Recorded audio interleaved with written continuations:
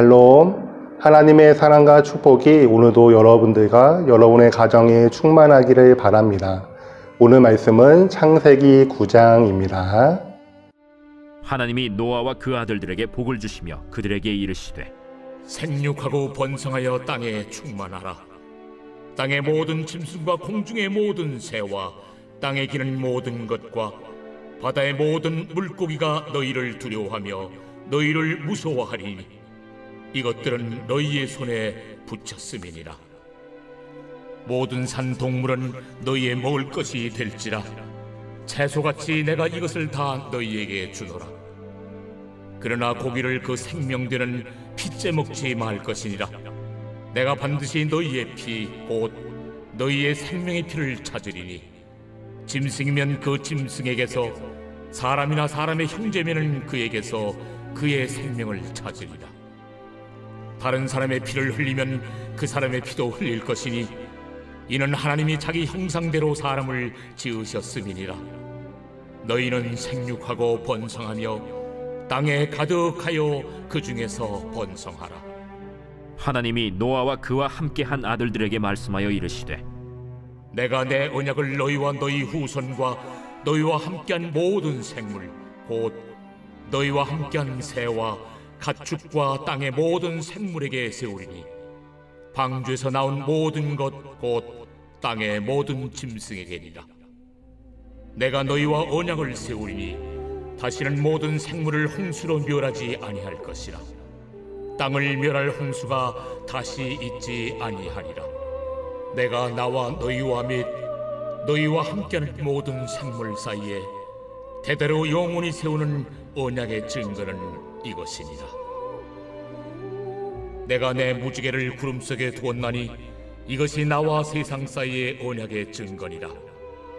내가 구름으로 땅을 덮을 때에 무지개가 구름 속에 나타나면 내가 나와 너희와 및 육체를 가진 모든 생물 사이에 내 언약을 기억하리니 다시는 물이 모든 육체를 멸하는 홍수가 되지 아니할지라. 무지개가 구름 사이에 있으리니 내가 보고 나 하나님과 모든 육체를 가진 땅의 모든 생물 사이에 영원한 언약을 기억하리라. 내가 나와 땅에 있는 모든 생물 사이에 세운 언약의 증거가 이것이라. 방주에서 나온 노아의 아들들은 셈과 함과 야벳이며 함은 가나안의 아버지라. 노아의 이 세 아들로부터 사람들이 온 땅에 퍼지니라. 노아가 농사를 시작하여 포도나무를 심었더니 포도주를 마시고 취하여 그 장막 안에서 벌거벗은지라. 가나안의 아버지 함이 그의 아버지의 하체를 보고 밖으로 나가서 그의 두 형제에게 알리매 셈과 야벳이 옷을 가져다가 자기들의 어깨에 메고 뒷걸음쳐 들어가서 그들의 아버지의 하체를 덮었으며 그들이 얼굴을 돌이키고 그들의 아버지의 하체를 보지 아니하였더라. 노아가 술이 깨어 그의 작은 아들이 자기에게 행한 일을 알고 이에 이르되 가나안은 저주를 받아 그의 형제의 종들의 종이 되기를 원하노라. 셈의 하나님 여호와를 찬송하리로다.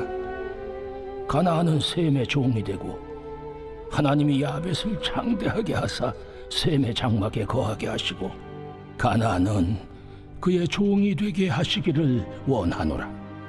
홍수 후에 노아가 350년을 살았고 그의 나이가 950세가 되어 죽었더라. 하나님은 삼위일체의 하나님이시죠. 이것에 담긴 의미는 하나님은 사랑이 풍성하시며 그 사랑을 나누기를 원하신다는 것입니다. 그래서 우리 사람을 창조하신 것이죠.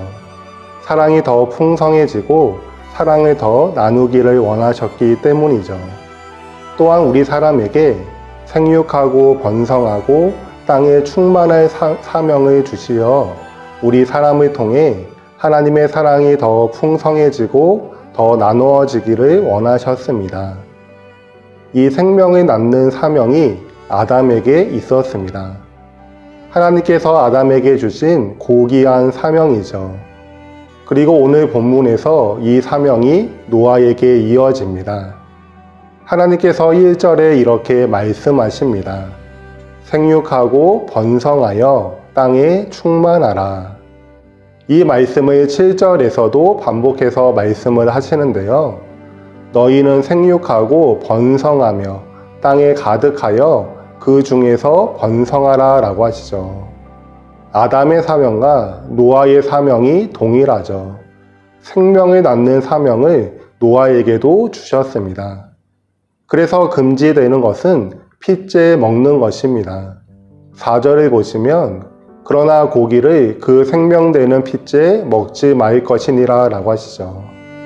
자신의 생명을 위해서는 동물을 먹을 수는 있습니다. 하지만 생명을 상징하는 피는 먹으면 안 된다는 것이죠.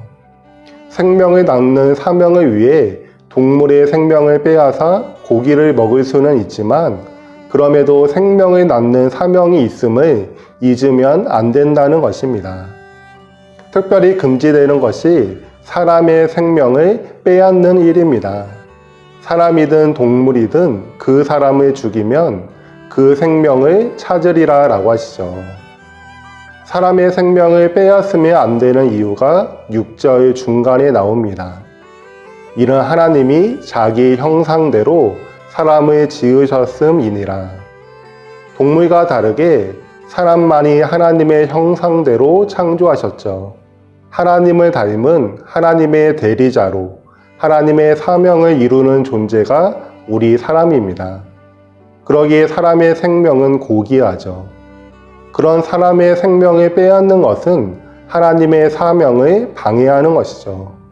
오히려 생명을 낳는 사명을 역행하는 것입니다. 그러기에 사람의 생명을 빼앗으면 안 되는 것이죠. 생명을 낳는 사명을 위한 하나님의 일하심이 노아 언약을 통해 드러납니다. 노아 언약에서는 생명을 보호하시겠다는 하나님의 약속이 담겨져 있습니다. 11절에서 하나님은 다시는 모든 생물을 홍수로 멸하지 아니할 것이라 땅을 멸할 홍수가 다시 있지 아니하리라 라고 하시죠. 물론 인간이 죄를 지으면 하나님은 심판을 하십니다. 대표적인 예가 소돔과 고모라이죠.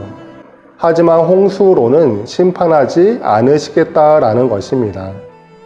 그러면 하나님께서 그렇게 말씀하시면 그것으로 끝나야 하죠. 말씀 그대로를 믿으면 됩니다. 하지만 하나님은 증거를 주십니다. 그 증거는 무지개이죠. 이 무지개를 히브리어로 보면 케쉐트라고 합니다. 무지개라는 의미도 있지만 활이라는 의미도 있습니다. 활은 적들을 물리치기 위한 도구이죠. 심판을 상징합니다.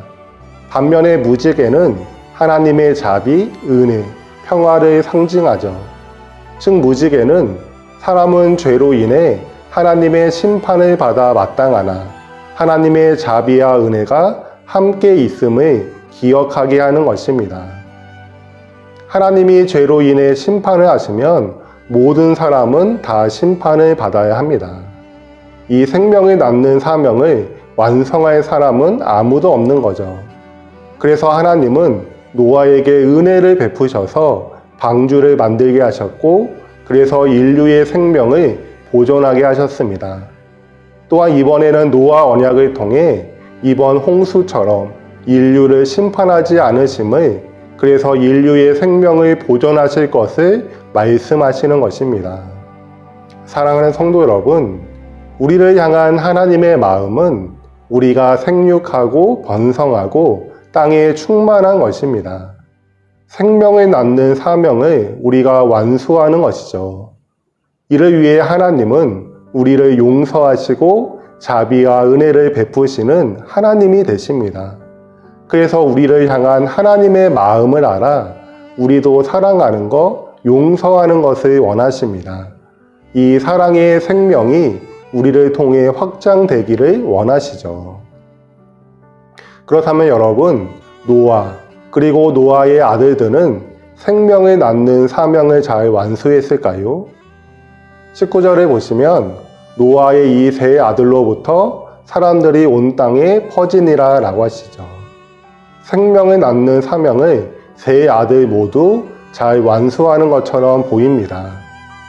하지만 생명을 낳는다는 것은 단순히 인구수가 늘어나는 것이 아닙니다.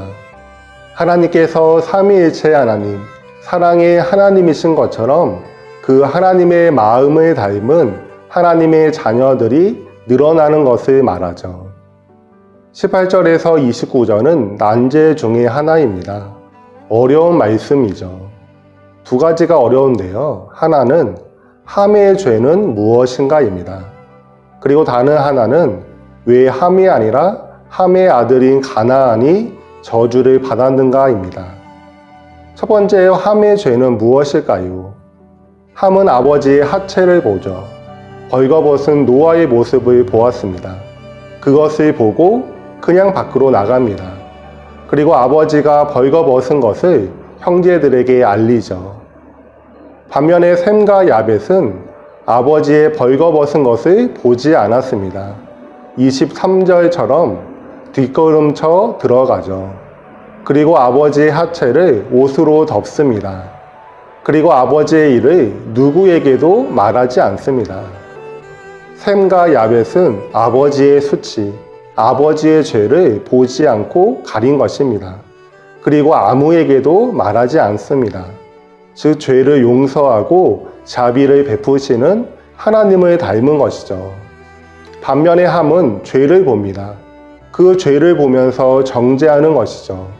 그리고 죄를 가리기는커녕 죄를 말하고 다닙니다. 셈과 야벳에게 말한 이유는 아버지의 벌거벗음을 같이 보고 같이 아버지 욕을 하자는 것이죠. 죄의 길로 유혹하는 것입니다. 즉 함은 사탄을 닮았습니다.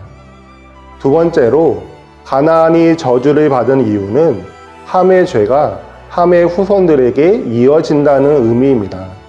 가나안이 함의 후손을 대표하는 것이죠. 아담의 죄가 모든 인류에게 이어진 것처럼 함의 죄는 함의 후손들에게 이어지는 것입니다. 즉 우리 죄를 보고 정죄하며 죄의 길로 유혹하는 이 사탄의 후손들도 번성한다는 것이죠. 사랑하는 성도 여러분, 하나님은 우리에게 생명을 낳는 사명을 주셨습니다. 여러분들은 참된 생명을 낳고 계십니까? 여러분들을 통해 사랑이 흘러가고 용서가 흘러가고 있습니까? 아니면 죄를 보고 정죄하며 죄의 길로 유혹하는 사망을 낳고 계십니까? 우리를 통해 하나님의 사랑과 용서가 흘러가기를 원합니다. 하나님이 죄인인 우리를 용서하시고 사랑하셨던 것처럼, 그래서 우리에게 참된 생명을 주셨던 것처럼 우리도 예수님을 전하고 그 사랑과 용서의 삶을 본받아 우리를 통해 참된 생명이 흘러가기를 원합니다. 생명이 우리를 통해 나아지는 은혜가 있기를 원합니다. 이번 추석 연휴 때 우리를 통해 참된 생명이 우리 가족들에게 흘러가기를, 그래서 가정에 사랑과 용서가 풍성하기를 예수님의 이름으로 소원합니다. 아멘. 네, 제가 기도하겠습니다. 하나님 아버지 감사합니다. 우리에게 먼저 하나님의 사랑과 은혜를 알게 하여 주시고 주님의 사랑과 은혜를 전할 자로 우리를 삼아 주시니 감사합니다. 이번 추석 명절 동안 우리를 통하여 하나님의 사랑이 우리 가족들에게 흘러가게 하여 주시고, 그래서 우리 가정 안에 하나님의 생명이, 사랑의 생명이 차고 넘치는 우리 가정이 될 수 있도록 하나님께서 축복하여 주옵소서. 감사드리며 예수님의 이름으로 기도합니다. 아멘.